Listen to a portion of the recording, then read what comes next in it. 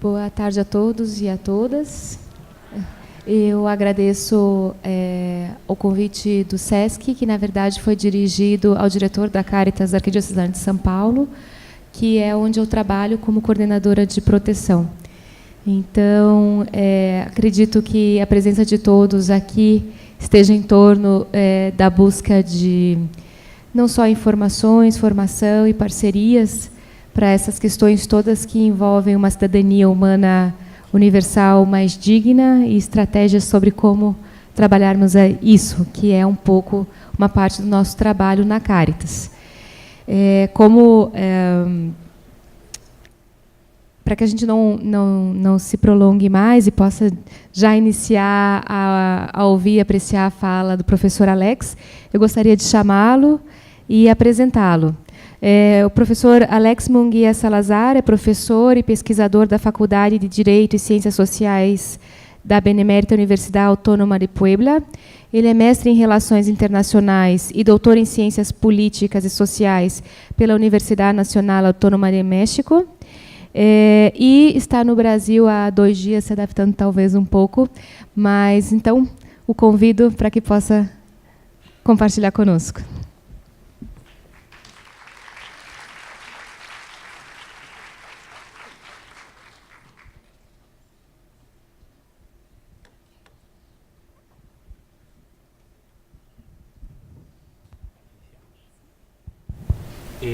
Hola, buenas tardes a todos. Es para mí un verdadero honor el estar frente a ustedes y el tener la oportunidad de reflexionar. Yo creo que entre todos nosotros podemos obtener información valiosa que nos permita entender de qué estamos hablando cuando hablamos de vigencia de derechos humanos de los trabajadores migrantes. La migración, qué representa para nuestros países y qué representa para el escenario internacional, es decir, pensar en las instituciones de carácter internacional que tienen por responsabilidad el velar por la dignidad de las personas que se ven obligadas a salir de su lugar de origen, intentando encontrar un mejor nivel de vida, intentando encontrar cómo mantener vía las remesas, vía la obtención de un salario a sus respectivas familias, a sus hijos, para apoyar a sus familias. Entonces, a partir de esto, yo quisiera iniciar primero agradeciéndoles a todas las autoridades que se encuentran con nosotros, de las diferentes agrupaciones preocupadas por una justicia social, por una transformación de la sociedad para un mejor mundo. Yo me declaro a favor de un mundo más justo, a favor de un mundo más igualitario, respetuoso de la dignidad humana, y creo que el ejercicio como docente en mi universidad se aboca a esa tarea. La última pregunta que hacían al ponente anterior que me precedió en el sentido de qué hacer para transformar esta realidad lacerante, insultante respecto a la dignidad humana, y la respuesta, yo quiero iniciar con esa respuesta, pues que cada uno de nosotros es corresponsable de lo que está pasando hoy en día. Es decir, nosotros tenemos la responsabilidad para que desde nuestro distinto ámbito laboral, desde nuestra trinchera, podamos generar una mejor sociedad, un mejor mundo más justo. En el caso específico de mi trabajo como profesor universitario, el objetivo no es imponer información a estudiantes de posgrado o de la licenciatura. Mi objetivo es que reflexionemos y que obtengamos información que nos permita entender la complejidad de la vida hoy en día y cómo podemos generar una mejor sociedad. Pues bien, yo quisiera iniciar el análisis, antes de ver las diapositivas que traigo para que reflexionemos sobre el tema específico de la migración, quisiera comentarles que a finales del siglo XVIII, en un pueblo que actualmente es Polonia, pero que entonces era parte del Imperio Alemán o del Imperio Germano, a finales del siglo XVIII, en una ciudad llamada Königsberg, una persona, un filósofo Immanuel Kant, elabora un ensayo titulado A la paz perpetua.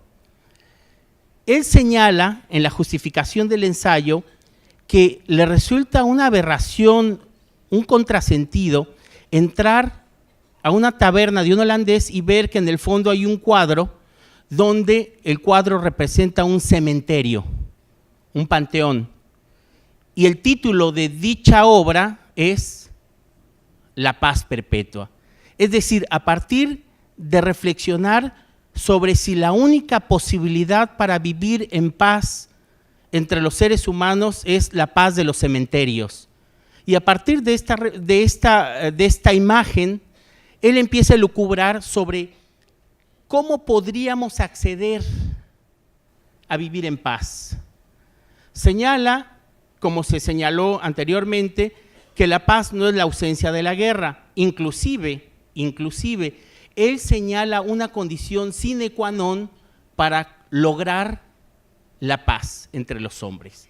Y dice, uno de los primeros elementos para vivir en paz es dejar a un lado el conflicto, pero no mediante la deposición de armas, que sería el armisticio, que es un término militar que implica el hacer las armas a un lado, pero que si las cosas no mejoran, retomamos las armas para enfrentarnos en una lucha perpetua hacia la destrucción de uno u otro de los individuos que se encuentren en conflicto.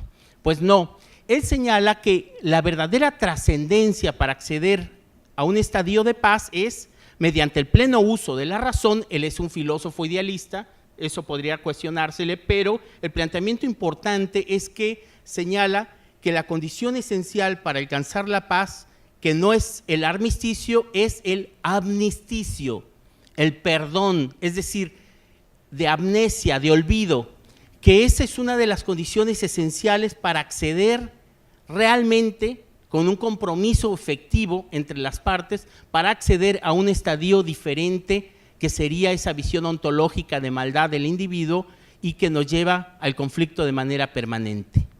Pues bien, este elemento que señala Kant también se suma a toda una serie de reflexiones, que es lo que nos lleva a discutir en este momento con ustedes sobre la vigencia de los derechos humanos. Kant señala en dicho ensayo que hay 3 niveles jurídicos básicos para acceder a una paz o un estadio de no violencia entre los individuos. Señala, el primer estadio es el derecho civil, el derecho que nos regula a todos y cada uno de nosotros, el que establece reglas sobre qué está permitido y qué no está permitido realizar. Es el primer nivel. El segundo nivel es el derecho que regula la actuación de las distintas entidades, llámese estados o sociedades humanas, es decir, el ius gentium, que para los romanos era el derecho de gente, es decir, el derecho que se aplicaba entre los pueblos ajenos. Pues bien, esto que hoy en día se conoce como derecho internacional público es el conjunto de normas jurídicas que regulan el funcionamiento entre los distintos estados. Pues bien, Kant señala en el siglo XVIII precisamente el primer nivel, el derecho civil, el segundo nivel, el derecho internacional público, pero señala que es necesario para acceder a otro estadio en las relaciones entre los hombres, y es el derecho cosmopolita. ¿Qué es el derecho cosmopolita? Es el derecho que tiene toda persona, independientemente de la nacionalidad o ciudadanía o jurisdicción sobre la cual se encuentre. Es decir, señala Kant que ese derecho está fundado sobre el principio que lo manejan o que lo sustentan todos los pueblos originarios, que es el derecho de la hospitalidad, que toda persona, independientemente de su nacionalidad, está o recibe un apoyo para seguir su camino de esa sociedad donde llega. Es decir, esa base de la hospitalidad como un elemento sustantivo para entender un mejor estadio entre los hombres. Pues bien, visualicemos que esto fue a finales del siglo XVIII cuando se plantea el derecho cosmopolita. Tardarían más de 200 años. Pensemos si acaso queremos asumir la vigencia de los derechos humanos, hasta el 10 de diciembre de 1948, en el seno de Naciones Unidas, en esta sede alterna en su momento, París, 10 de diciembre de 1948. O inclusive, si queremos tomar como antecedente de un decálogo que posteriormente podríamos asumir como la esencia de los derechos humanos, sería durante la Revolución Francesa, la Declaración del Hombre y el Ciudadano a finales del siglo XVIII. Pues bien, estos antecedentes nos permiten entender que la enunciación de 30 principios, que son todo el entramado que da origen a la visión que tenemos hoy en día de los derechos humanos, son 30 principios que son los que conforman la Declaración Universal de los Derechos Humanos de 1948. Todos pensaríamos que son principios de validez cuasi universal. Inclusive sería una aberración pensar que alguna sociedad se manifestara en contra. Por supuesto que hubo estados en contra. Pensemos en Sudáfrica, que estaba en contra de la igualdad entre los individuos, en el caso específico por el apartheid, esta política de desarrollo interno que establecía la exclusión de la población de origen africano respecto a la población de origen europeo.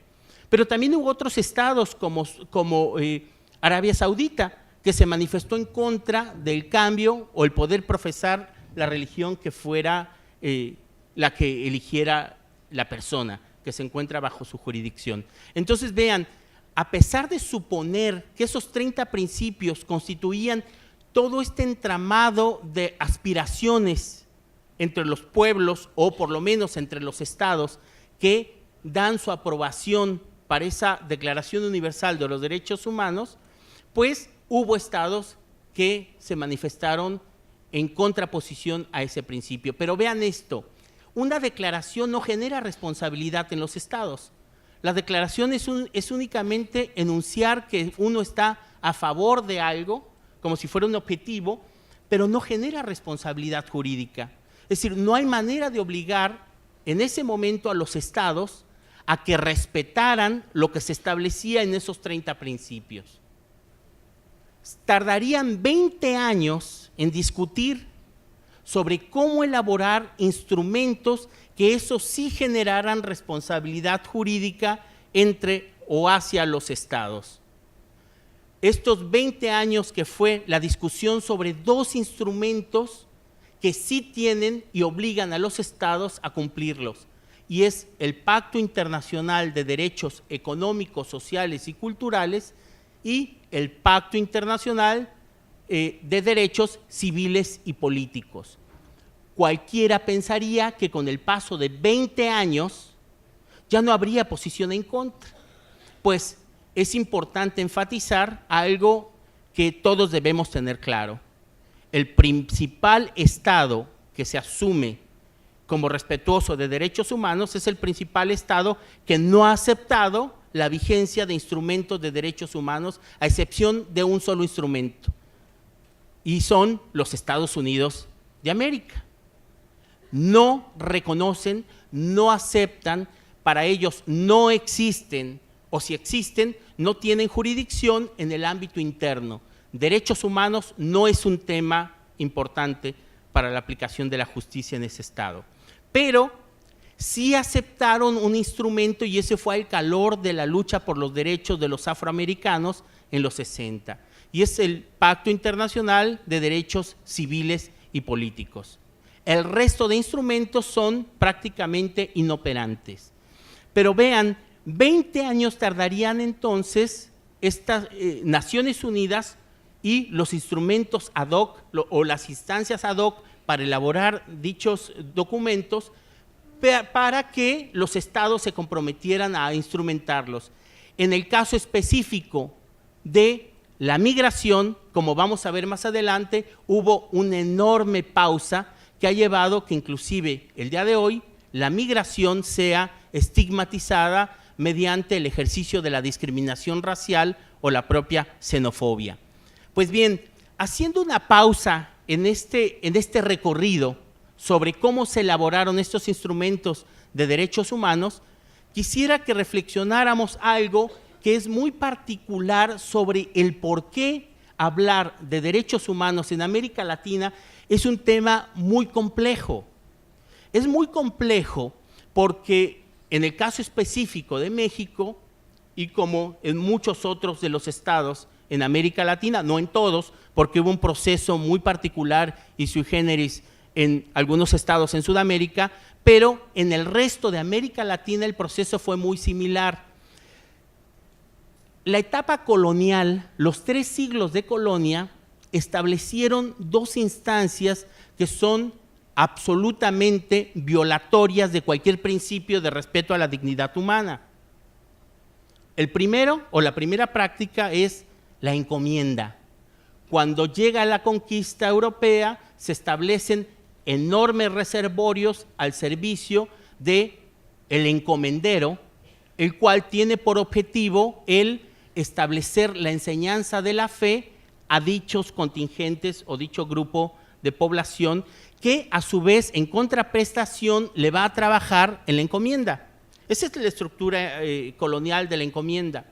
Por supuesto que inclusive el antecedente de esto se remonta en aquella discusión del fraile Bartolomé de las Casas, que en el siglo XVI, al darse cuenta de la devastación en estas tierras, intenta hablar con el rey Carlos V de España sobre decidir si los habitantes de estas tierras tenían alma, sí o no. Si tenían alma, tenían que ser educados en la fe porque eran súbditos del rey. Si no tenían alma, podían ser reventados como bestias porque no eran súbditos, no eran individuos. Y la respuesta de Carlos V a Bartolomé de las Casas, que de hecho Bartolomé no puede entrevistarse con Carlos V, y es Gines de Sepúlveda, su jefe de Estado, el que en una reunión determinan que los habitantes de estas tierras sí tienen alma, por lo cual tienen que ser educados en la fe y no pueden ser esclavizados. Pero al no poder ser esclavizados, sí tienen que trabajar en las tierras de la encomienda. Sobre estas bases es que existe siglo XVI, siglo XVII y siglo XVIII en América Latina. Pero además, para apuntalar esta realidad, está la estructura de la discriminación racial institucionalizada. La Corona de Castilla establece 30 castas, que son todas las combinaciones raciales que se pueden dar: negro entre indio, indio entre chino, chino entre prieto, es decir, 30 denominaciones raciales que se establecen para determinar y encuadrar o ubicar en la estratificación de las colonias estas mezclas raciales. Sobre esas 2 bases es que accedemos al Estado liberal en el siglo XIX. Por obvias razones, no podemos consolidar un Estado con una estructura liberal. No podemos considerarnos ciudadanos todos, porque el discurso de constitución de Estado latinoamericano es que todos constituimos una ciudadanía y que como ciudadanos somos parte de un Estado a imagen y semejanza de la ilustración liberal de la segunda mitad del siglo XVIII, principio del siglo XIX. Casi toda América Latina accede a la independencia en 1821. 11 años después de que inicia el proceso de emancipación, llevó a la consolidación del Estado en América Latina. Claro, la devastación en materia económica, la devastación en la infraestructura y además la asunción de la deuda generada en el conflicto por cada uno de los estados que habían asumido ya la independencia. Entonces vean, por un lado, un déficit en materia económica, por otro lado, un déficit en la consolidación de ciudadanía, porque no hay ciudadanos, somos repúblicas sin ciudadanos, somos repúblicas sin una sociedad sólida, homogénea, donde todos se reconozcan como iguales. Miren, casi todos los liberadores de los procesos de emancipación de América Latina visualizaron en un primer momento con enorme agrado la consolidación de la independencia de los Estados Unidos, porque suponían que iban a ser como los padres o los hermanos mayores. Es decir, la república o el Estado norteamericano sirve de ejemplo para las constituciones de las nacientes repúblicas en América Latina, con una visión republicana, liberal, pero para ellos la concreción de ese modelo, claro, sobre bases de esclavitud. No se olviden que en los Estados Unidos los afroamericanos no tenían derecho a tomar o a beber agua del mismo espacio donde la población blanca hasta los años 60 del siglo pasado. Es decir, sobre esas bases, por supuesto, consolidan un proceso de república federal y las nacientes repúblicas en América Latina toman como ejemplo esa constitución. Sin embargo, lo que quiero que tengamos claro es que esa falta de construcción de ciudadanía, ese carácter de adolecer de la vigencia plena de una república de carácter federal bajo principios liberales, da el traste con todo un modelo que podemos encontrar indudablemente a principios del siglo XX sobre lo que es el respeto efectivo a la dignidad humana, el respeto a los derechos humanos. Es ficticio. Sin embargo, el proceso de consolidación del Estado latinoamericano hace enormes esfuerzos en la etapa del siglo XIX, la segunda mitad del siglo XIX, para consolidar proyectos de carácter liberal republicano. Inclusive, en el caso mexicano, hay un elemento que permite un avance sustantivo. Las condiciones de exclusión eran válidas para toda América Latina en los sectores pobres.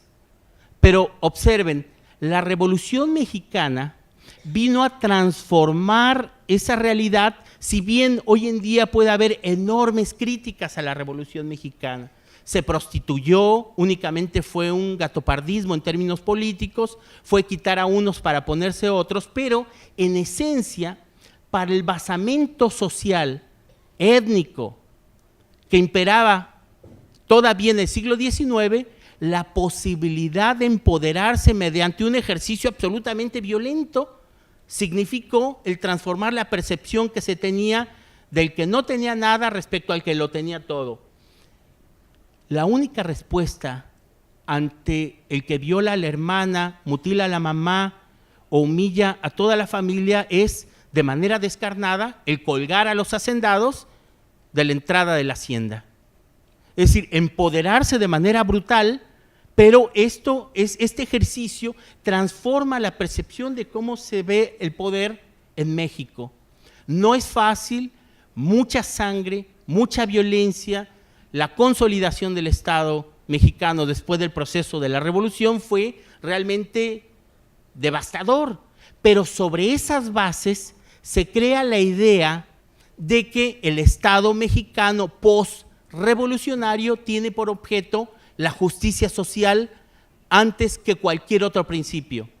Es decir, transformar la situación de exclusión histórica de la población y empoderarla de manera, repito, puede haber enormes críticas, pero de manera efectiva en el acceso al poder político y transformar a la sociedad. Desafortunadamente en América Latina no hubo una revolución. El que América Latina no haya tenido una revolución social significó que se perpetuaron muchas de las estructuras que se comentaban en la sesión previa. El pobre es pobre porque así lo quiere Dios y porque no se esfuerza para transformar esa realidad. Y el rico es rico porque es gente decente y es gente que obtiene esa riqueza con el trabajo y el esfuerzo. Por supuesto, esta construcción, esta idea que se crea y que se perpetúa desde la colonia y que se mantiene en el siglo ya liberal, siglo XIX, pues no permite el ascenso social o la transformación al interior de las sociedades latinoamericanas.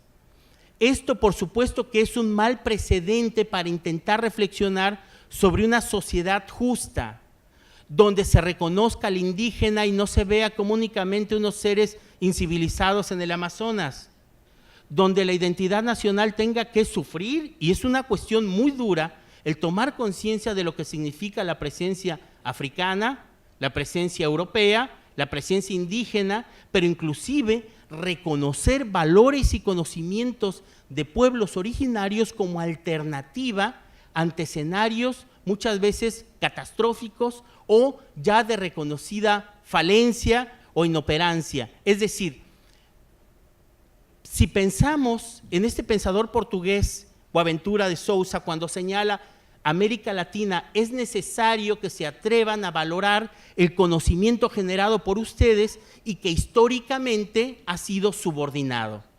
Es decir, si descubren la cura de una enfermedad en el Amazonas, eso es cosa de indios insalubres y que no saben lo que hacen. Pero si ese mismo conocimiento científico se impone desde Occidente, ese conocimiento sí es científico, sí es válido y sí se puede recetar y sí se puede aplicar como medicina alópata.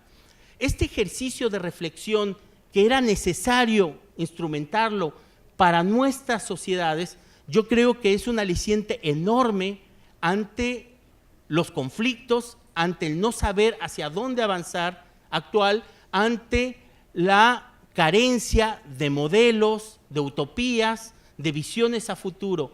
Porque algo que quiero enfatizar es que en el siglo XIX, después del proceso de independencia en las naciones de América Latina, el pensamiento de ese caraqueño venezolano, Simón Bolívar, que escribe una carta en 1815, la pueden encontrar en cualquier sitio de internet, si ponen Carta de Jamaica, donde encontrarán que este hombre plantea lo que sería el futuro de todas las repúblicas en América Latina.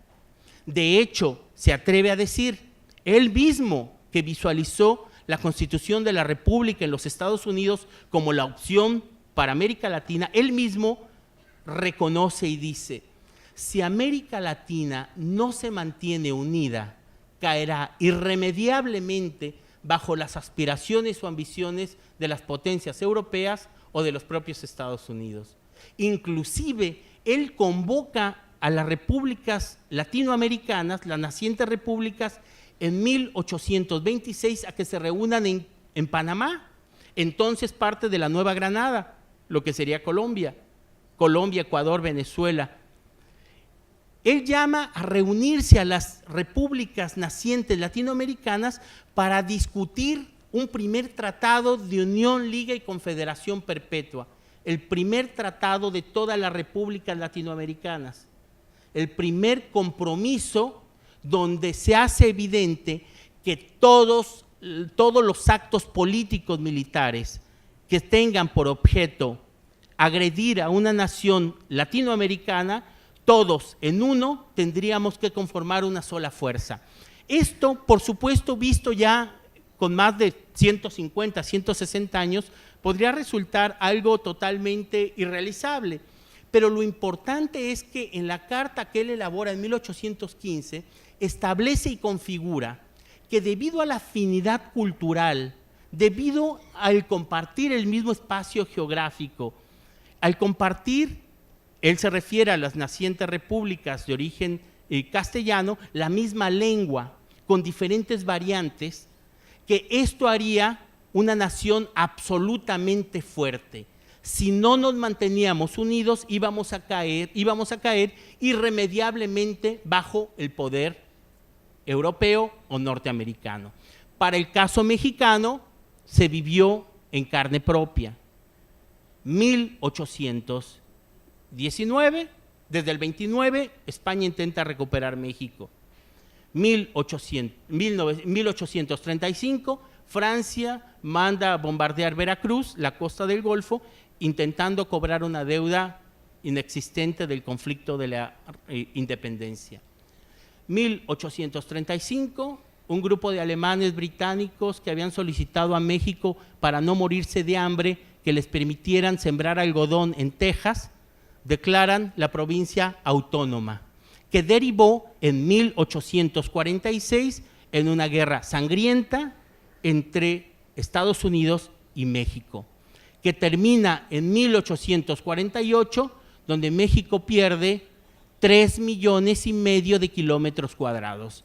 Todo el suroeste, desde Wyoming, Iowa, Nevada, Colorado, Utah, California, era México. Actualmente somos 2 millones desde Tijuana, Baja California, hasta Yucatán o Mérida, Yucatán, el sur y el norte. Éramos más de 5,5 millones de kilómetros. Esto no termina ahí. Francia establece un imperio de un príncipe austriaco de 1860 al 67. Es decir, con toda una lógica para tener injerencia en los asuntos propios de América Latina, de México, para inhibir, bueno, buscando intereses geopolíticos estas potencias, pero viendo con absoluto recelo la capacidad de organización o consolidación del Estado en América Latina. Vean, en este ejercicio yo quisiera señalarles algo muy importante. ¿Cómo imaginar la vigencia de los derechos humanos en el tema migratorio? Miren,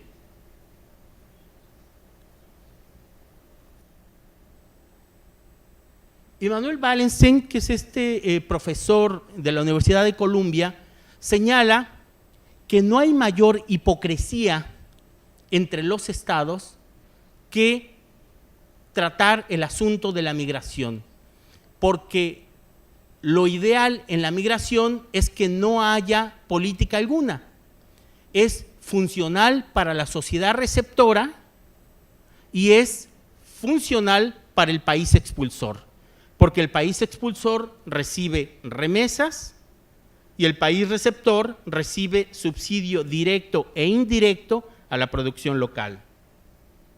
¿Por qué el tema de la migración es importante? Estos datos de Naciones Unidas siguen siendo válidos. 230 millones actualmente se encuentran fuera de su lugar de origen y estos constituyen lo que hoy en día podemos conocer como migrantes de carácter laboral. ¿Por qué es importante enfatizar el carácter laboral? Naciones Unidas ha llegado a un consenso al señalar que la gente migra, puede migrar por placer, por un rito de crecimiento, de identidad, pero en esencia es la motivación económica la que obliga a que se cometa un crimen en las comunidades de origen, porque la gente rompe sus lazos o por lo menos se ve obligado a salir de su lugar de origen intentando encontrar un salario o un trabajo adecuado para mantener a su familia. Es importante enfatizar que la migración se da tanto de carácter regional como extrarregional, es decir, ya no es nada más esa migración norte-sur o sur-norte, es decir, de los países pobres a los países, llamémosle, ricos. En realidad es un proceso absolutamente complejo y cada vez es más dinámico. La feminización de la migración. Hay un elemento importante para entender a la migración. Actualmente el 50% de la migración está constituida por mujeres. Es importante enfatizar que los estados en el tema migratorio tienen o se ven involucrados en 3 elementos o en 3 figuras, ya sea estados expulsores, estados de tránsito o estados receptores. En el caso específico de México, cumplimos esas 3 figuras. Somos el principal país expulsor, bueno, según datos de Naciones Unidas, estamos entre la India y China, como el principal país expulsor de trabajadores migrantes hacia los Estados Unidos, pero somos también país de tránsito. Los centroamericanos y sudamericanos que intentan llegar a los Estados Unidos o Canadá por tránsito en territorio nacional. Se ha documentado de una manera muy efectiva con un tren que va desde Guatemala hasta la frontera con los Estados Unidos. Se le denomina La Bestia, un tren de carga donde los migrantes se suben en el tren y muchas veces pierden la vida porque se caen en el cansancio en el tránsito de Guatemala hacia los Estados Unidos. Entonces, México es país expulsor, es país de tránsito, pero también es país receptor. Como cada día se complejiza el cruce fronterizo hacia los Estados Unidos, pues muchos latinoamericanos, específicamente centroamericanos, consiguen un trabajo en México y constituyen una migración de México, constituye un país receptor de dicha migración. Esto es importante. La migración actualmente, si bien podríamos hablar de una migración de alta calificación, el grueso, la fuerza importante de la migración son trabajos mal pagados y una subcalificación de dichos trabajadores migrantes.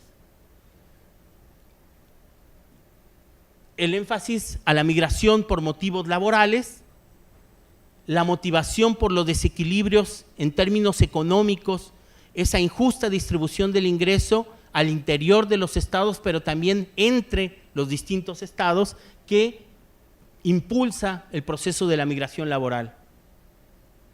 Sin embargo, el último elemento señalado, el tema de la xenofobia y la discriminación.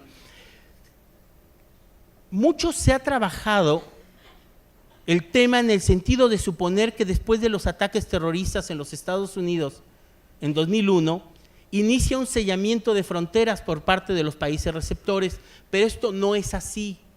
Hay un sellamiento puntual de las fronteras y de la instrumentación de políticas migratorias flexibles, es decir, hay un endurecimiento de las políticas migratorias a partir inclusive de finales de los 80s. En el caso de los Estados Unidos hay 3 leyes que son enunciadas en 1996 bajo el gobierno de Clinton, un gobierno demócrata, que uno supondría que los demócratas son más afines a los temas sociales, y no ha sido así, como lo demuestra inclusive el gobierno actual de Barack Obama. Pero observen entonces, esta discriminación y xenofobia es un fenómeno actual que se entroniza en el trato hacia los trabajadores migrantes. Esta actitud de discriminación hacia los migrantes se justifica bajo el concepto de la cohesión social o cohesión nacional. Los estados receptores dicen que esos recién llegados constituyen un peligro. Y aquí es algo muy importante. En 1995-96, Naciones Unidas creó un grupo que fueron casi en un ejercicio de apostolado alrededor del mundo para indagar si se violaban los derechos humanos de los trabajadores migrantes, sí o no. La respuesta de dicho grupo fue obvio, que todos los estados dijeron que en su interior no se violaban derechos humanos, y menos de trabajadores migrantes, que eran respetuosos de todo principio de dignidad humana hacia esas personas que entraban en su territorio. Por supuesto que ningún estado iba a hablar mal de sí mismo. La respuesta al informe de este grupo fue que en el mundo sí se violan derechos humanos, y se violan derechos humanos debido a 2 conceptos, 2 principios, que son el concepto de vulnerabilidad en 2 vertientes, que es la vulnerabilidad cultural y la vulnerabilidad estructural. ¿Qué es esto? La vulnerabilidad estructural es toda la justificación jurídica que existe en el estado receptor, donde se dice que ese recién llegado no tiene los mismos derechos que el nacional. Pero además se complejiza porque la vulnerabilidad cultural es toda la construcción social que se hace del chivo expiatorio, del causante de todos los problemas o conflictos en una sociedad. Si me despiden del trabajo, el causante es ese extranjero que ha llegado a ocupar mi puesto de trabajo. Si se me poncha una llanta, el causante es ese extranjero que genera una carga para el Estado y en lugar de apoyarme, genera una deficiencia en el sector, en el servicio público, y ya mi auto se estropeó porque cayó en un bache.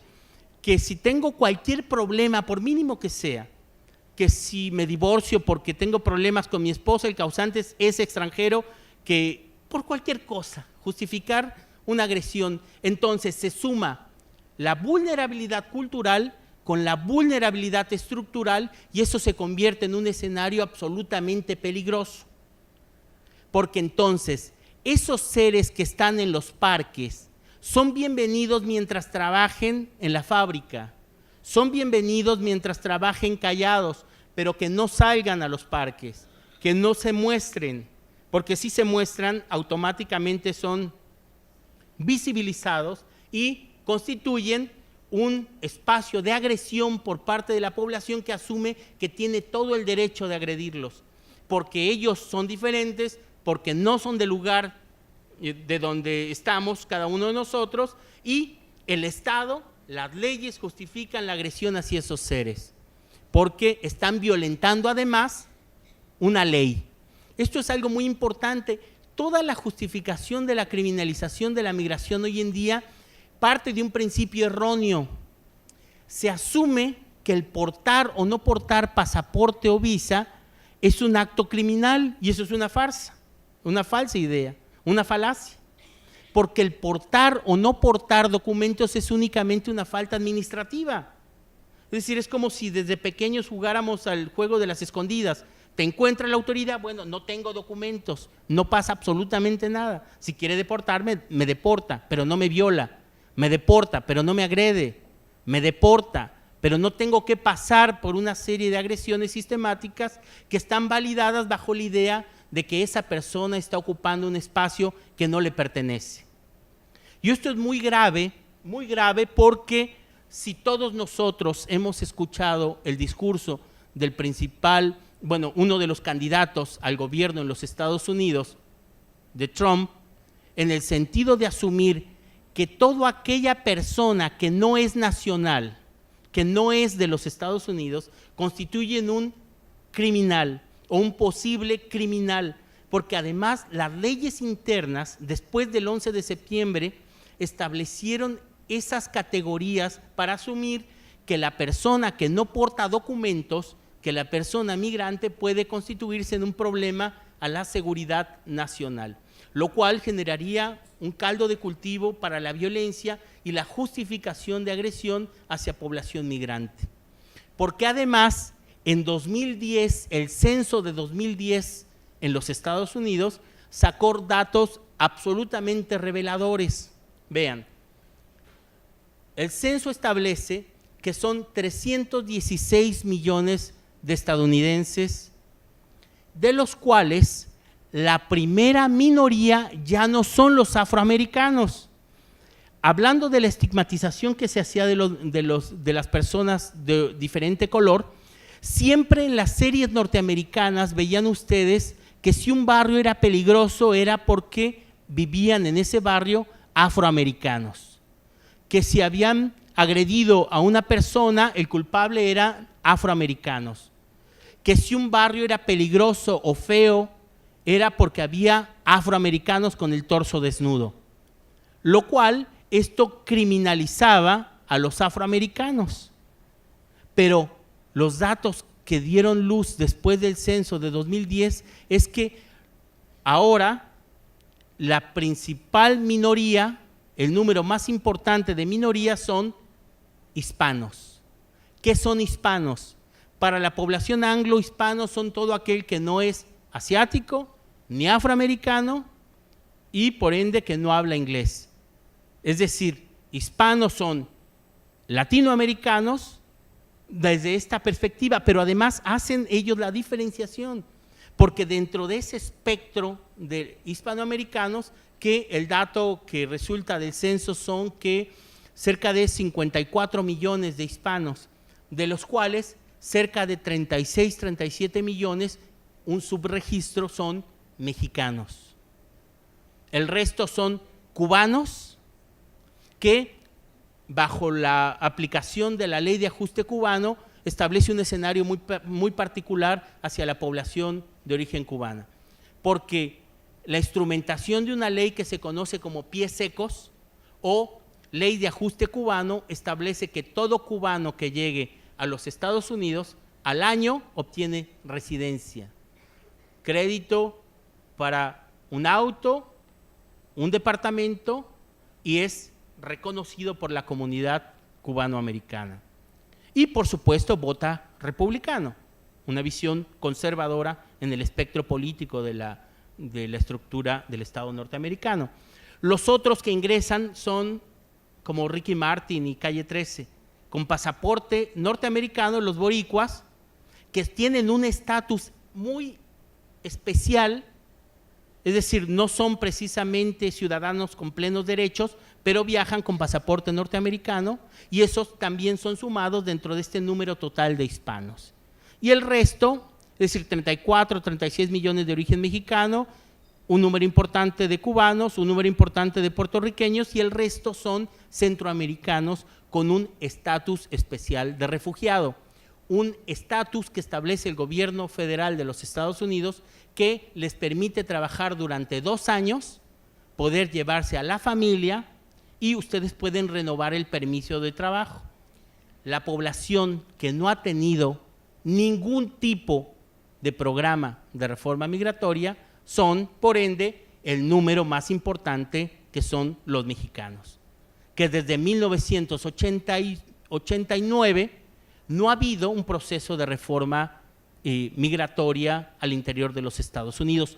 Pero algo que es muy importante ver es que hoy en día que los afroamericanos ya no son la primera minoría en la política norteamericana, el día de hoy ya son los hispanos. Bajo esa denominación es que todo el discurso de xenofobia por parte de Trump va enfocado hacia las personas latinoamericanas que viven en los Estados Unidos. Y con este discurso avasallante, agresivo, está validando manifestaciones de xenofobia que se pueden dar. Indudablemente esto sería un desastre al interior de los Estados Unidos, una guerra civil, diferentes agresiones o motines o manifestaciones de repudio en diferentes espacios de los diferentes estados de la Unión Americana.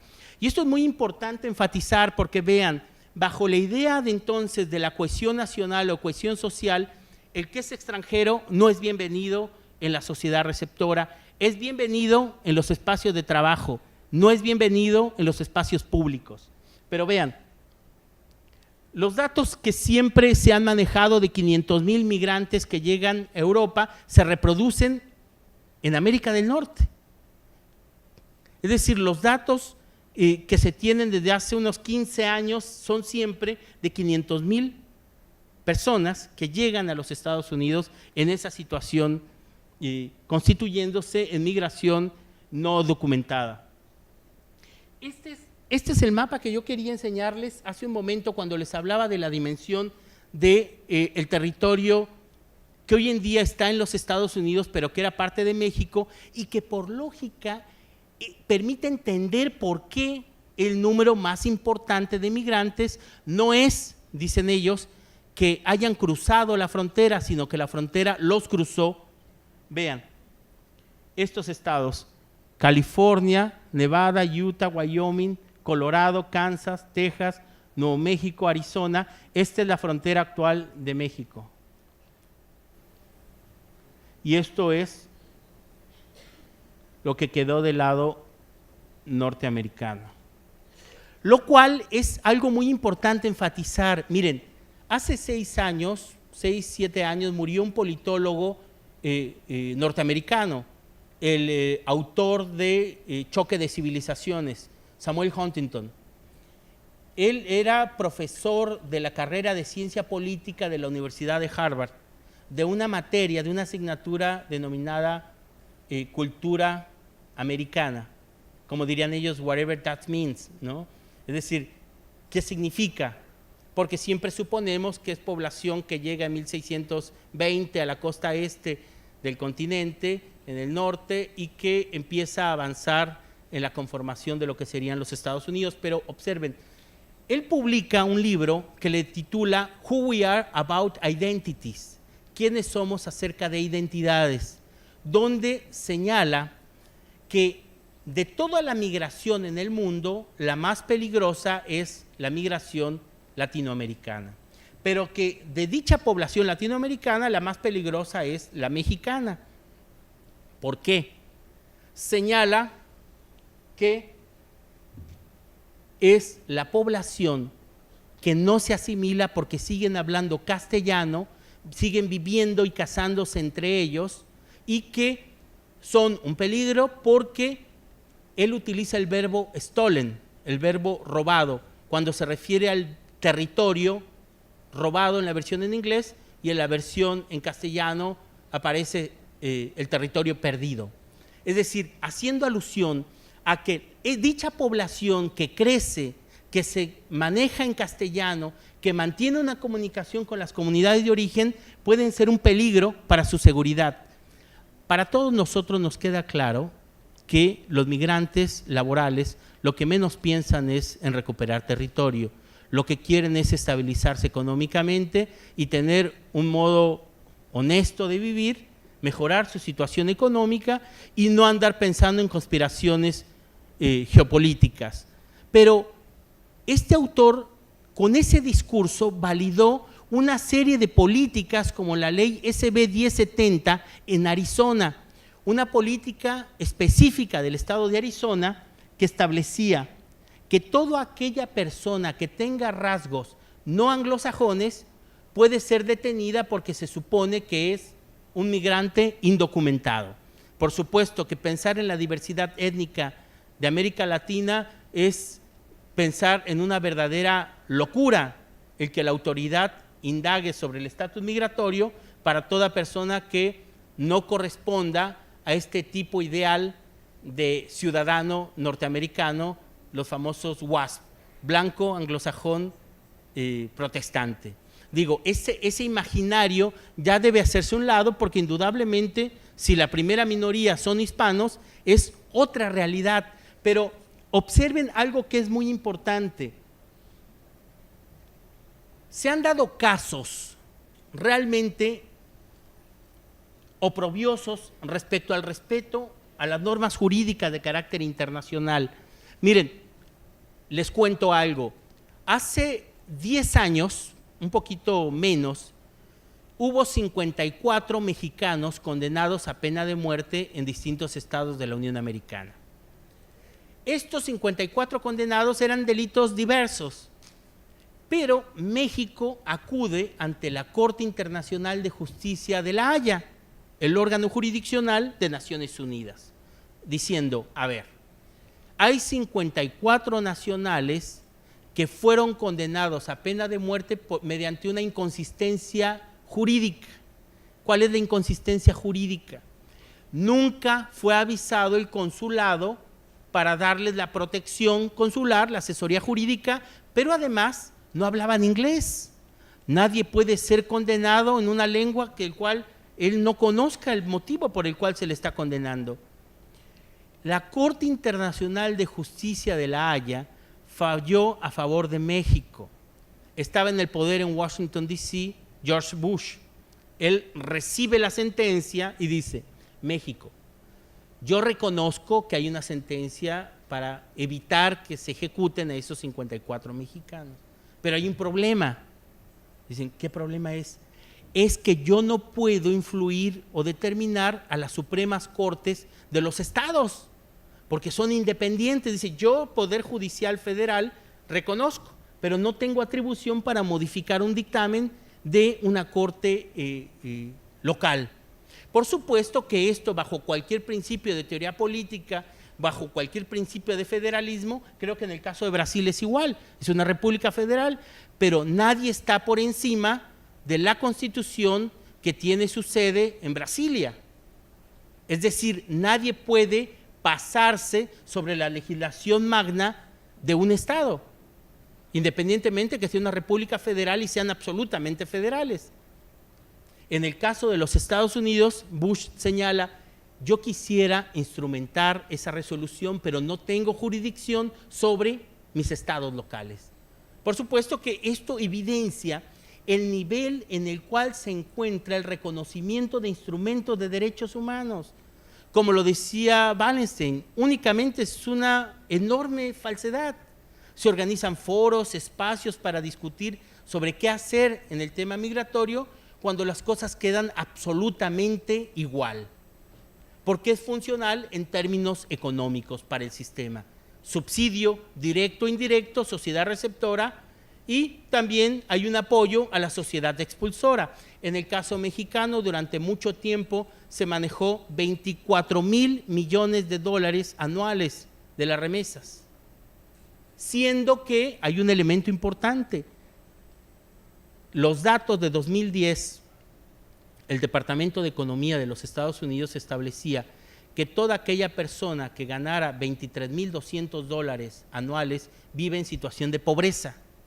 Cerca del 89% de los migrantes ganan eso, es decir, menos de 23,200 dólares, lo cual evidencia dos cosas en el caso mexicano: que los mexicanos allá hacen un enorme esfuerzo para ahorrar todo lo que puedan ganar, porque aún ganando los salarios más bajos, se logra enviar 24,000 millones de dólares anuales. Después del petróleo, es la segunda fuente de ingresos. Pero observen, el fenómeno entonces de la intolerancia, de la xenofobia, es un fenómeno que hoy en día está entronizado. El escenario y el marco teórico para entender el proceso de la vulnerabilidad de las migraciones puede ser entendible tanto de los del norte de África intentando llegar a España, los argelinos trabajando en Francia, los turcos llegando a Alemania con una migración histórica, los latinoamericanos o centroamericanos intentando llegar a Estados Unidos o a Canadá, que son fenómenos, o inclusive el principal país receptor de trabajadores migrantes en Asia, que es Japón, que como práctica común es quitarles el pasaporte a todo aquel trabajador bajo la consigna de regresárselo cuando termine su contrato laboral. Porque, vean, algo que es muy importante señalar es que cómo ante este escenario, ¿qué se ha hecho ante este escenario para evitar la violación de derechos humanos de los migrantes? Miren, recuerdan que les dije que había dos cuerpos jurídicos sobre el tema de derechos humanos: Pacto Internacional de Derechos Civiles y Políticos y Pacto Internacional de Derechos Económicos, Sociales y Culturales. Pues bien, hay otro cuerpo jurídico muy importante: la Organización Internacional del Trabajo, la OIT. Es una organización muy peculiar, es una organización tripartita. Es una organización internacional que tiene representantes de los gobiernos, de los patrones y de los obreros. Entre esos tres elementos discuten sobre cómo y cuándo elaborar una normatividad para regular mejores derechos o mejores niveles salariales de los trabajadores. Pues bien, hay toda una serie de cuerpos jurídicos en la OIT que se fusionaron sobre esta legislación en derechos humanos, y hoy en día tenemos una convención internacional sobre todos los trabajadores migrantes y sus familias, que entró en vigor en 2003. ¿Qué nos dijo dicho instrumento? Es muy interesante. Dicho instrumento define qué se debe entender por trabajador migrante y dice: aquí y en China, trabajador migrante es toda persona que esté desarrollando, haya desarrollado o desarrollará una actividad por la cual reciba una remuneración en un estado del cual él no sea nacional, va a ser entendido como trabajador migrante. Repito, establece que toda persona que esté desarrollando, haya desarrollado o desarrollará una actividad por la cual recibe una remuneración en un estado del cual él no sea nacional, va a ser entendido como trabajador migrante. Pero ¿qué más estableció este cuerpo, este instrumento que es muy importante? Estableció algo que ha generado enorme ruido en los países receptores, y es que señala que se debe priorizar el carácter laboral de la migración por encima de su criminalización. Es decir, que se debe priorizar la necesidad de buscar un trabajo o mejorar un salario de dicha población por encima inclusive de la aportación de una visa que le permite entrar a esa sociedad receptora.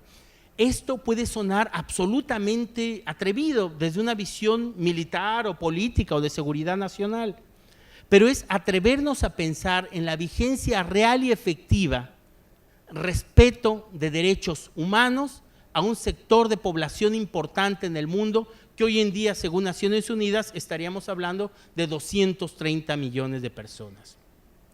Observen, algo que evidencia la hipocresía de los estados es que,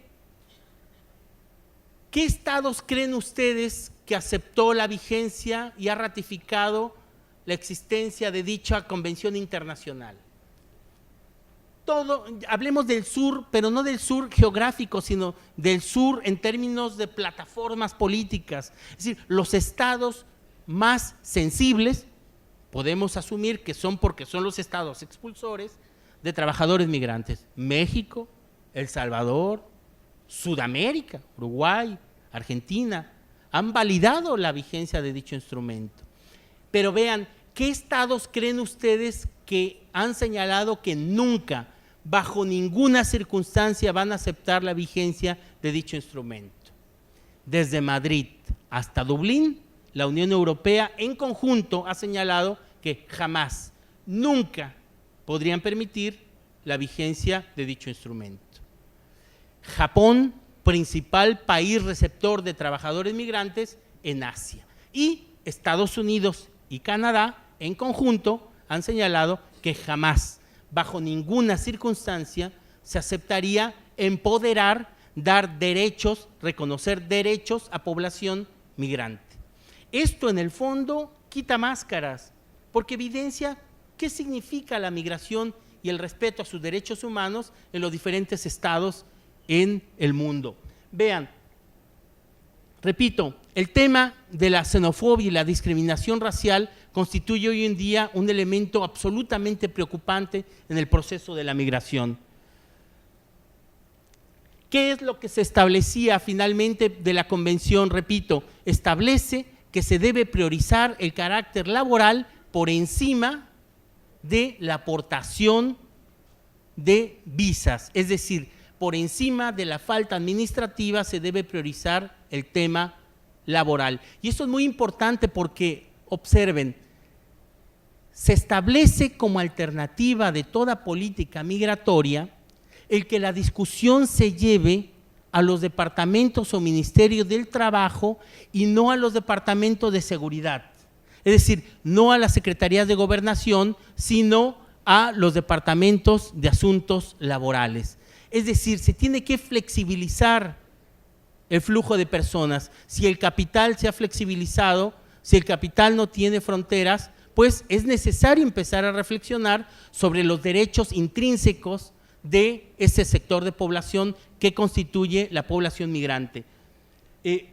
Estos son los elementos de la convención y, de hecho, hay unas propuestas muy concretas. En esta convención se establece derechos culturales, derechos sociales, que independientemente, repito, de su estatus migratorio, el Estado está comprometido a hacer y respetar. Inclusive Brasil es parte de dicha convención. Es decir, son estados que se han comprometido a respetar la dignidad, los derechos humanos de los trabajadores migrantes que arriben en sus puertas, que arriben a su jurisdicción. Pero observen, de hecho, finalmente hay una propuesta muy concreta sobre el tema de la respuesta de los estados. Miren, hay un consenso respecto a que los estados, si bien se han comprometido a aceptar dicho instrumento, en su interior sigue siendo un espacio, una asignatura pendiente. ¿Cómo resolver el problema? O más que problema, ¿cómo resolver el asunto de la vigencia de los derechos humanos? Los estados asumen que pueden violar su soberanía personas extrañas que ingresan en su territorio sin su permiso, pero ya hemos discutido que hay una validación en los diferentes instrumentos de derechos humanos de lo que constituye la migración. La situación de los migrantes, pero lo que yo quiero que veamos es la propuesta. Propuestas. ¿qué es lo que se ha establecido como propuesta a seguir por parte de los estados? Uno, que se ponga un énfasis, primero, contra la explotación de las personas, la trata y explotación de las personas, que erróneamente se ha confundido que la migración laboral tiene que ver con la trata de personas. Eso es una verdadera falacia, que es justificación del Estado para criminalizar o sellar fronteras. Se tiene que fortalecer la lucha en contra de la trata de personas, pero además se deben establecer un piso mínimo, unas normas mínimas de aplicación respecto a derechos fundamentales de este sector de población.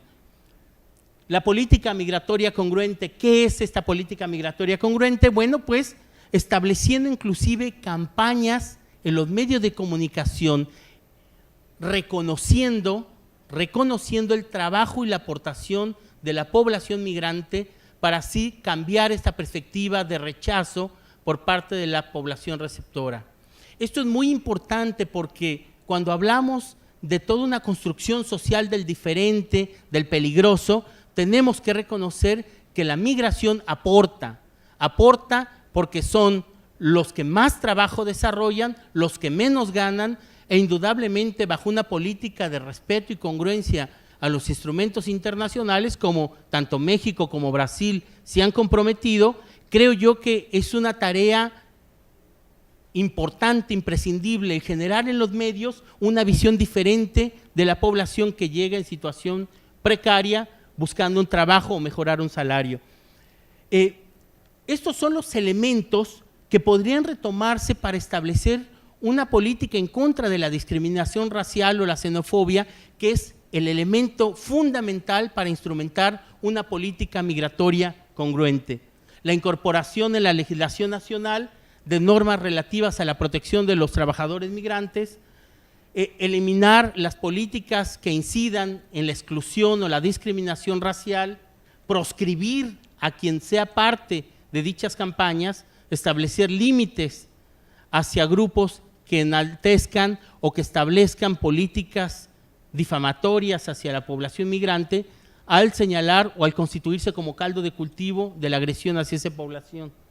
Pero vean, son una serie de elementos que creo yo que sería necesario retomar respecto a cómo establecer la normatividad de cada uno de los estados que se han comprometido de manera formal a elaborar una política migratoria flexible. Hacia allá debemos reflexionar. Cuando yo iniciaba la charla señalándoles que yo creo en un mundo más justo, creo en una transformación social que genere mejores niveles de vida para todos, no nada más para unos cuantos, creo yo que si partimos de esa visión es más sencillo imaginarnos una sociedad que respete los derechos humanos de la población migrante. Finalmente, el elemento que señalábamos, si el capital transnacional se mueve sin límites en las fronteras, ¿por qué no empezar a reflexionar sobre la libertad en términos de la movilidad de personas sin las restricciones, por lo menos en espacios de estados que se hayan comprometido a respetar los derechos fundamentales de la población migrante? Muchas gracias.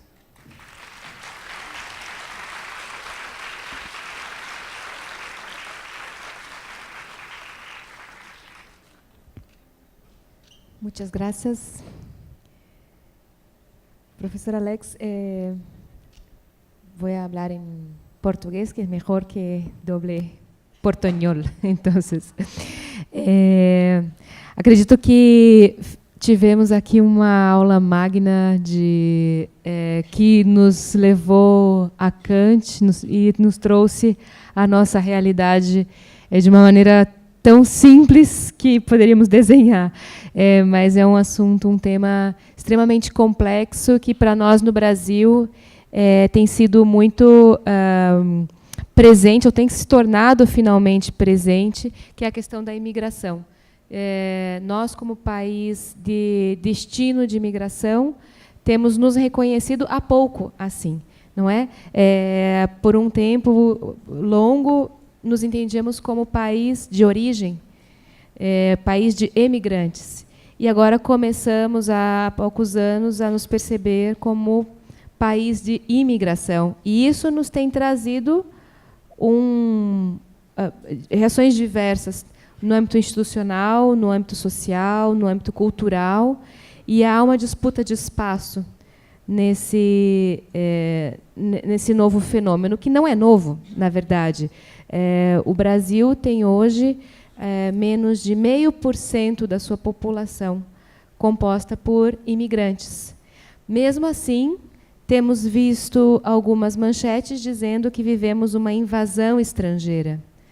No jornal local de ontem, uma das notícias era sobre apreensões de droga no aeroporto de Cumbica, que é o maior aeroporto, e o destaque não era sobre as drogas, e sim, o destaque era sobre a quantidade de estrangeiros presos transportando drogas e mais a quantidade de refugiados entre esses estrangeiros. Então, com um recorte muito similar ao recorte que o senhor nos traz nessa tendência a tornar o imigrante um outsider.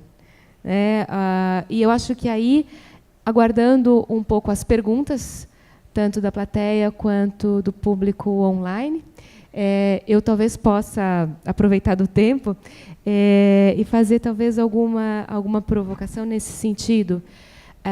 Conversava eu com uma colega no sábado que me dizia como a questão dos direitos humanos no Brasil ainda engatinha como uma criança, caminha, aprende a se levantar. Ainda temos discussões talvez quase infantis no âmbito dos direitos humanos.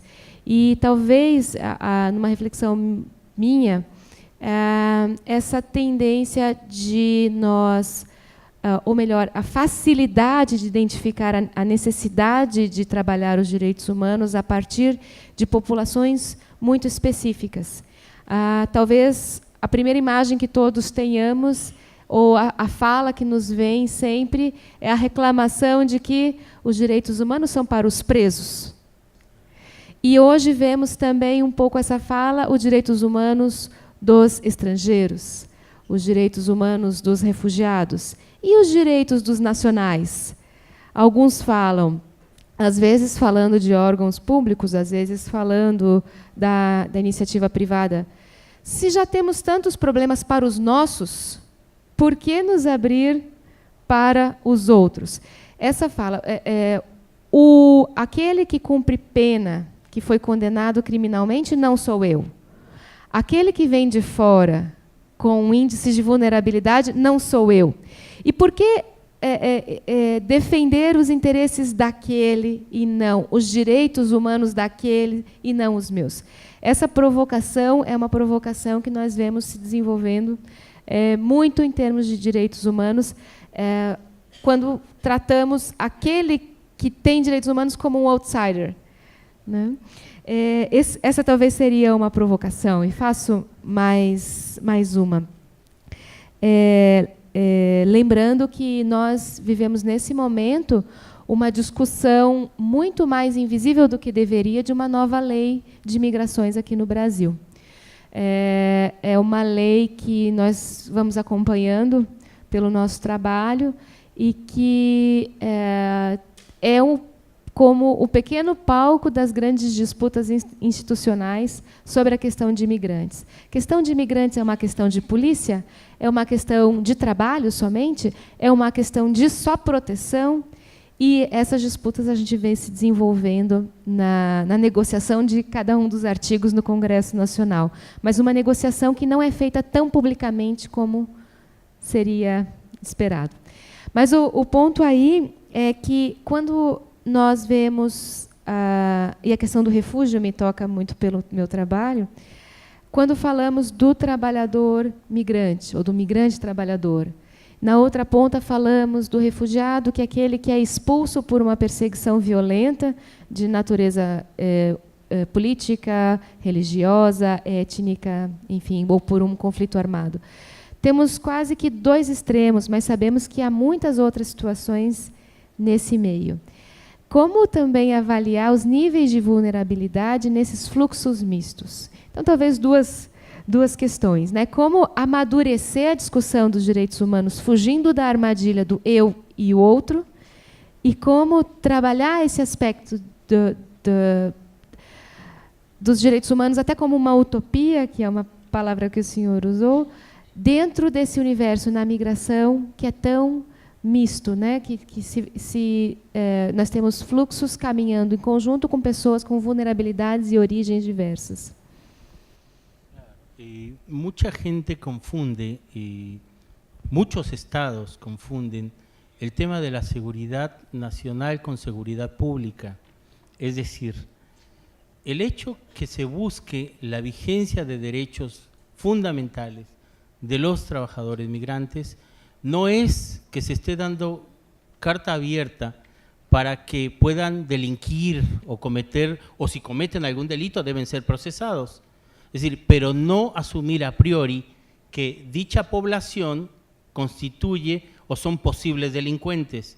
Es decir, si el Estado tiene una normatividad clara de instrumentación respetuosa de derechos fundamentales, que tenga una política clara de instrumentación de una política policial de seguridad de sus fronteras, pues no se debe confundir ambas realidades. Por un lado, sí al respeto efectivo de derechos fundamentales de la población migrante, pero si ellos cometen un delito, deben ser procesados y deben respetarse sus garantías, y si son encontrados culpables, pues tienen que pagar una pena, cumplir la sanción que se establece en la legislación local. Pero lo que no es válido es que el Estado asuma de manera a priori, es decir, que asuma a priori que dicha población constituye criminales en potencia o constituyen criminales en potencia. Eso es una locura, porque esa justificación es la que está llevando inclusive a que los estados que recibieron población recientemente de origen sirio en Europa, hoy en día están amenazando a que en pocos meses van a generar un rechazo que se va a devolver a su lugar de origen, o si no a Turquía, que ya se ha comprometido a recibir a dicha población, asumiendo que ante la inestabilidad política, ese grupo de personas pueden ser posibles terroristas, se pueden poner en jaque al Estado. Yo creo que eso sí debe quedar muy claro, y creo que la población migrante lo sabe. Los migrantes buscan un trabajo, buscan obtener un salario para alimentar a su familia. No creo que hayan migrado enormes distancias únicamente para cometer un delito. Digo, esas son otras motivaciones. Indudablemente la migración laboral, y por eso el énfasis a la migración laboral y la búsqueda del respeto a sus derechos fundamentales, porque dicha población aportan a la sociedad receptora. Y la prueba está en que si ustedes sacan los datos económicos de los estados que reciben población migrante en mayor número en los Estados Unidos, son estados que tienen una enorme fuerza económica derivada del trabajo mal pagado y extensivo de esa mano de obra que cruzó la frontera y que finalmente fortalece el desarrollo de esa sociedad, ¿no? Temos uma pergunta da plateia que lhe pede. Poderia citar ou comentar países com receptividade e políticas públicas exemplares positivamente no respeito aos direitos humanos? ¿Comprendes? Retomando la posición primera respecto que hay una subvaloración del trabajo que se efectúa en los distintos estados en América Latina respecto a la vigencia de derechos humanos. Yo creo que no debemos buscar en el continente europeo o en los Estados Unidos o en Canadá el referente de instrumentación de política respetuosa de derechos humanos. Yo creo que la experiencia que hemos desarrollado en América Latina, dando tumbos y con enormes problemas, pero ha sido una experiencia muy rica. Es decir, el trabajo que se ha intentado desarrollar en América Latina es muy rico respecto al respeto a los derechos humanos. Cuando veo, por ejemplo, la autoridad policial cuando se detiene a una persona en los Estados Unidos, es que no se les va a preguntar si ustedes portan arma o no. Una persona de 120 kilos se les va a abalanzar, los va a inmovilizar con la boca al piso, les va a doblar los brazos y les va a poner unas esposas, sin importar que estén ustedes embarazadas, en el caso de las mujeres, las van a levantar y las van a llevar ante la autoridad, pero esa brutalidad policial se reproduce en Europa. Y aquí indudablemente podemos encontrar ejemplos de brutalidad policial, pero también hay una serie de normatividad a seguir, donde lo que se ha elaborado desde América Latina es muy importante, es decir, ¿qué estados podemos hablar de la vigencia efectiva de derechos humanos? Yo creo que los derechos humanos no es un proceso acabado, es como si fuera un trabajo, no una utopía, pero sí debemos trabajar todos los días respecto a lo que significa el respeto efectivo a la dignidad del hombre. Todos los días, es un trabajo permanente, no es algo que podamos asumir como algo acabado. ¿Qué estado podría ser un ejemplo? De antemano les digo que Europa o Estados Unidos y Canadá o Japón, que son los referentes tradicionales de los medios de comunicación, sería uno de los peores escenarios de la vigencia efectiva de derechos humanos. Por supuesto que debemos analizar cada una de la legislación que se ha elaborado, como en México, por ejemplo, el tema de la migración, hay una nueva ley migratoria, establece una serie de principios, no es fácil, porque es romper inercias de policías locales, inercia de policías federales, es romper inercia de grupos delincuenciales. Por supuesto que se debe trabajar en ello, pero es un trabajo permanente, diario, no es sencillo, no es fácil ubicar ejemplos o estados ideales, es un trabajo permanente. De hecho, hablar de los derechos humanos es hablar de un proceso. Permanentemente, todos los días tenemos que velar por su cumplimiento, no es un ejercicio acabado. Y creo yo que en nuestras sociedades, donde tenemos carencias históricas y somos muy autocríticos, porque yo creo que en América Latina pecamos de autocríticos, somos bastante, emitimos juicios devastadores respecto a nosotros mismos, pero yo creo que habría que valorar los cambios que se han dado, los cambios inclusive en términos del espectro político, lo que significa una mayor aportación, políticas más sensibles a los que menos tienen. Yo creo que en Suecia sería algo extraordinario, pero para nosotros es una obligación el trabajar por el tema de la mejor distribución del ingreso. Es decir, para nosotros es un tema diario, cómo lograr la lucha por la vigencia de los derechos humanos, pues día a día, paso a paso, y es un proceso que no acaba. Y qué bueno que no acabe, permanentemente vamos a estar trabajando en ese afán. Es decir, el objetivo es, no hay estados ideales, tenemos que reflexionar respecto a qué estamos haciendo cada uno de nosotros y ver, en el caso específico de la ley migratoria, cuáles son las deficiencias para instrumentar políticas migratorias más humanas, más flexibles. Es una responsabilidad, por lo menos en el Estado brasileño y en el Estado mexicano, la sociedad civil puede exigirles a las autoridades, porque a nivel formal los estados se han comprometido a instrumentar políticas respetuosas de derechos humanos en materia de los trabajadores migrantes, porque son parte de esta Convención Internacional sobre el Derecho de todos los trabajadores migrantes y sus familias. Muito obrigada. Temos aqui uma última pergunta, e destacando que a observação de que o papel da sociedade civil acaba sendo a força motriz de tudo isso é fundamental. Então, a última pergunta é no sentido de questionar se a flexibilidade em aceitar a entrada de imigrantes no país não afeta a estrutura social e econômica do local de recepção dos imigrantes.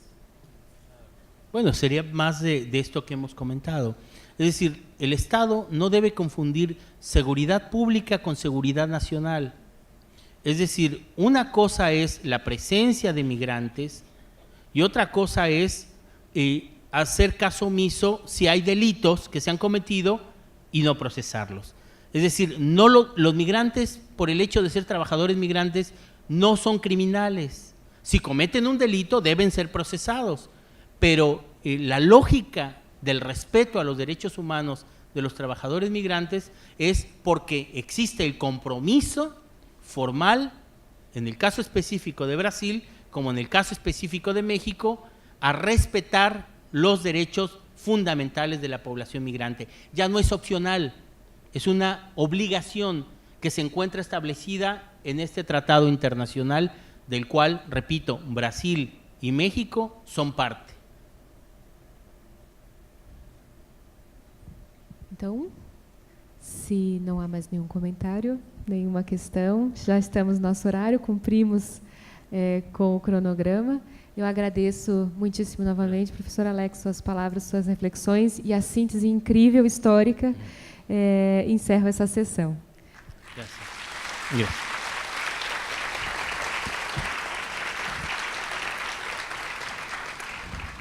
Agradecemos as contribuições dos convidados e agora faremos um intervalo de 15 minutos e convidamos a todos para acompanhar a intervenção O que eu posso fazer por você agora, com Renata Quintela, do Instituto A Nossa Jornada. A atividade faz a conexão entre quem precisa de ajuda e quem pode ajudar e ocorrerá no hall aqui do teatro e também em outros espaços pela unidade. Retornaremos em 15 minutos.